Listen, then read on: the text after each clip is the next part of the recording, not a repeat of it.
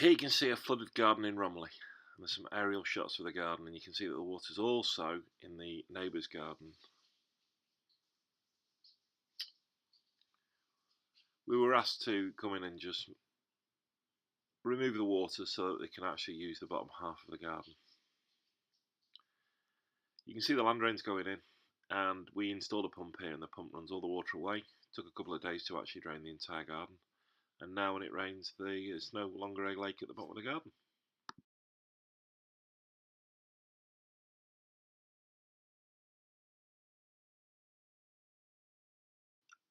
After installing the land drain, you notice that the neighbour's garden also dried. Quite often when we install the pumps into somebody's garden, the neighbours surrounding them, their gardens also dry out.